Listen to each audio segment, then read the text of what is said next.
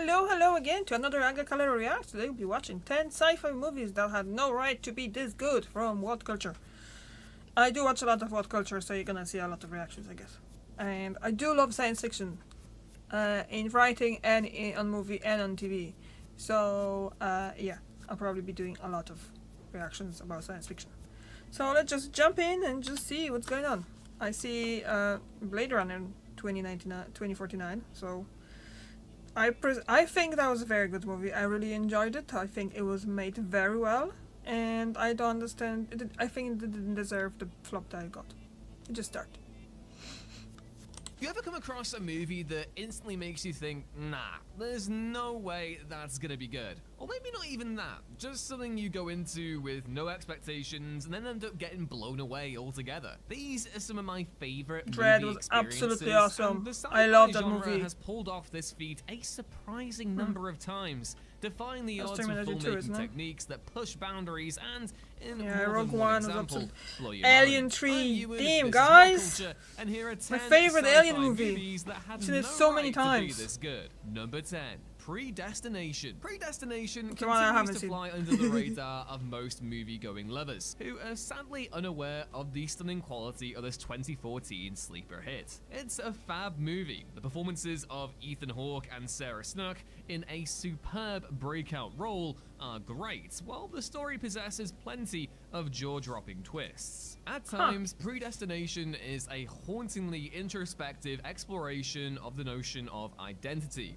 It didn't receive much in the way of fanfare upon its release, even with the casting of cozy knitwear king Ethan Hawke. Number 9. Edge of Tomorrow. Everything Yeah, about another movie Edge that I of absolutely love. Just Tomorrow made a reaction to screams cinematic why calamity. there is Well, no maybe second not part Tom yet. Cruise, he's a bankable action star and it's been great for several And I decades did now, kind but you of, get my yeah, point. I do I remember seeing that. I trailers didn't and really thinking think that would be a of, good like, idea, every but other the trailers sci-fi kind of action sold me movie that was on coming it. out in the early 2010s, but hoo boy, I was wrong. Following an alien invasion, Cruise's character is shanghaied into military service and sent to the front lines, where he discovers that every time he meets a grisly demise in combat, he is reset to the moment just before the invasion ensues, seemingly doomed to repeat the same cycle over and over and over again before he meets Emily Blunt's Rita Vrataski. Edge of Tomorrow somehow manages to remain fresh and vibrant despite essentially playing the same scene over and over again for large chunks of its runtime. Number 8. District 9. Another one that 2009 was the year of absolutely, the like, outrageously nah,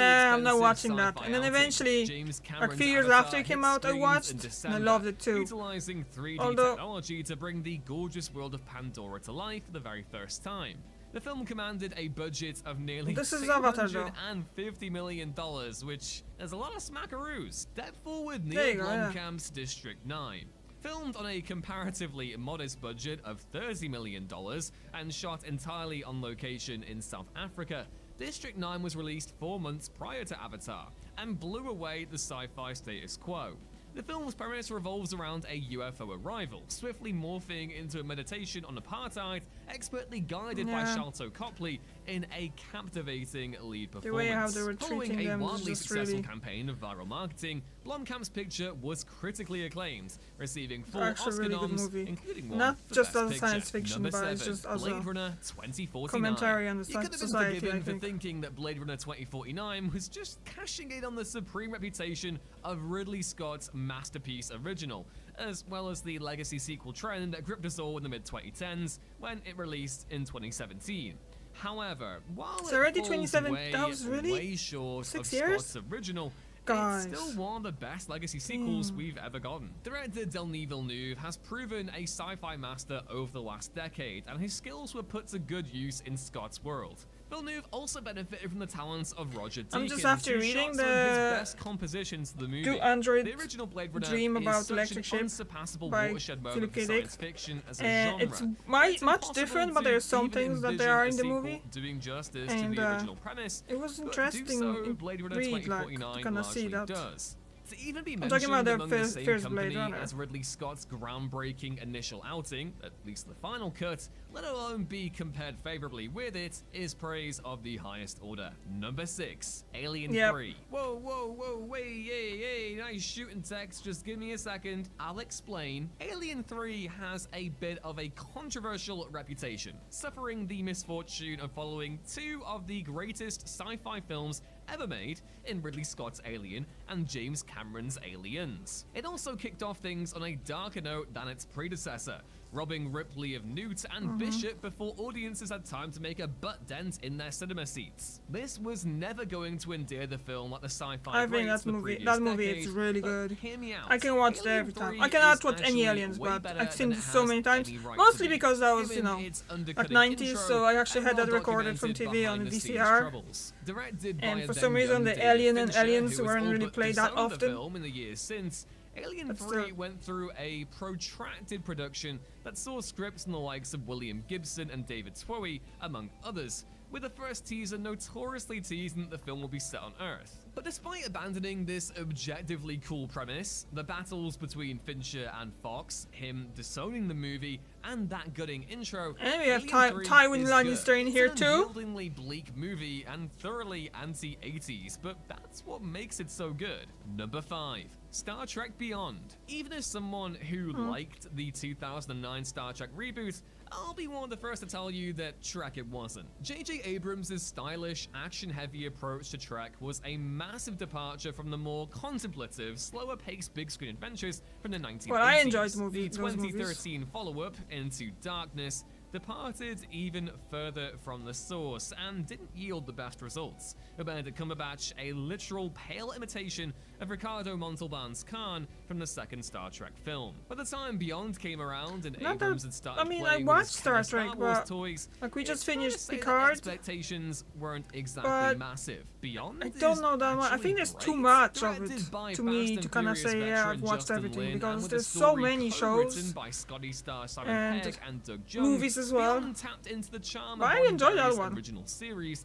and embodied the vibe of it way better than Abrams' predecessors. The reboot cast was always great, but it was the third installment that got the best out of them. Number 4. Dawn of the Planet of the Apes. 2011's think I've Rise seen of this the Planet one. of the Apes was a great time, updating the pulpy cornball apes movies of the 60s and 70s by chronicling the rise of Caesar with an emotive, character-driven story.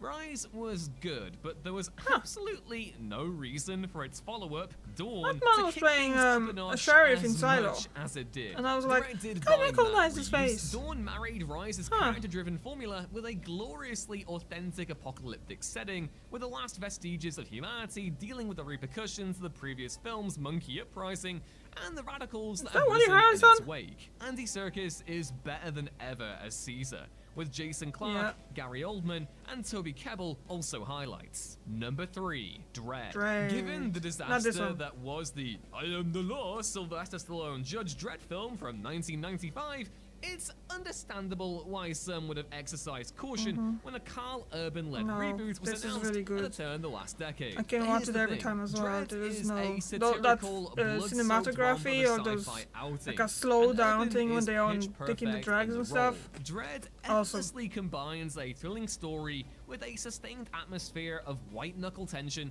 as the cast growls out the cheesiest of one-liners. Despite what appears to be a fairly limited central premise, the film has a surprising amount of twists and turns, which creates a hair-raising viewing experience. Number 2. Rogue One, a Star Wars story. Star Wars what's gonna be spin-offs number were one? bound to happen when Disney was in the throes of the MCU's popularity. An expansive mythos and only one film releasing every few years?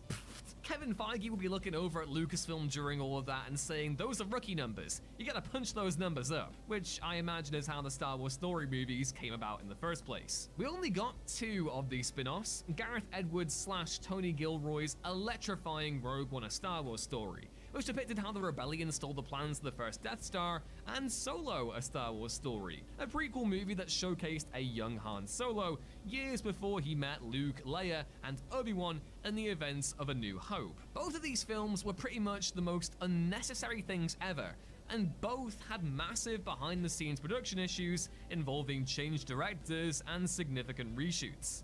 Somehow, though, both are great. I mean, well, Rogue One is way better, getting saved in the edit and working thanks to the chemistry of its immaculately casted ensemble. Solo, despite its pinged attempts at starting an entire series, is fun too. Weirdly, given how burned out on Star Wars I am at the minute, I'd have taken like 5 more of these happily. And number 1. The Terminator. Oh, There were initially well, low yeah, expectations first for one. Jim Cameron's legendary movie I was when it looking a bit too old debuted. to be The the second Terminator one, had isn't it? generated little to no fanfare in the build-up to its release, and the director was a relative unknown at the time. While audiences were familiar with Arnold Schwarzenegger, said familiarity was as a result of his Mr. Olympia fame. That was before So that was the James Terminator Cameron, arrived isn't it? and So he blew did the that one world's and then he went into collective mind. Aliens? The film soared to the top of the US box office for 2 uninterrupted weeks, grossing its original budget 13 times over. Schwarzenegger's terrifying mechanical destroyer, coupled with inspired gritty performances from Linda Hamilton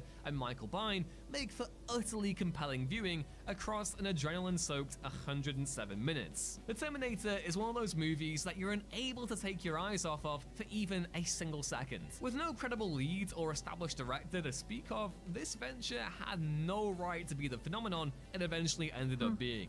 And those were 10 sci-fi movies that had no right to be so good. What They sci-fi are. flick managed to surpass your I expectations? can't say nothing about Upload the your ones that I thoughts to the haven't seen, Skynet but the server Rogue One's down below. definitely very And good. while you're down there, if you could blast us a Dread, like, share, and Dread. subscribe, that would be boss too. Masterpiece. I've been Ewan, you've been watching What according to Culture, my- and I will hopefully see you next time. Bye! Okay. Oh! What the heck is flying here? Guys, there's something here. Sounds like a big thing as well. Well, the windows are open and all around, so it's really warm now. I left the room. Okay. Okay, guys. So what did you think? What do you think about that ranking? Because I did forget, like, I forgot that Terminator wasn't really, like, meant to be that great when it came out. People didn't really... I mean, not that like I remember that, I'm not that old. But I read stuff that basically Terminator was like, oh yeah, some kind of movie there, and no one really think, but it kinda blew out. Yeah, but Dread, Rogue One, Alien 3, for sure. Yeah, I can watch these movies over and over again. So, do you? Can you watch them over and over again? I guess some of you probably can. Okay guys, thank you very much for watching. I'll see you tomorrow. Bye bye bye.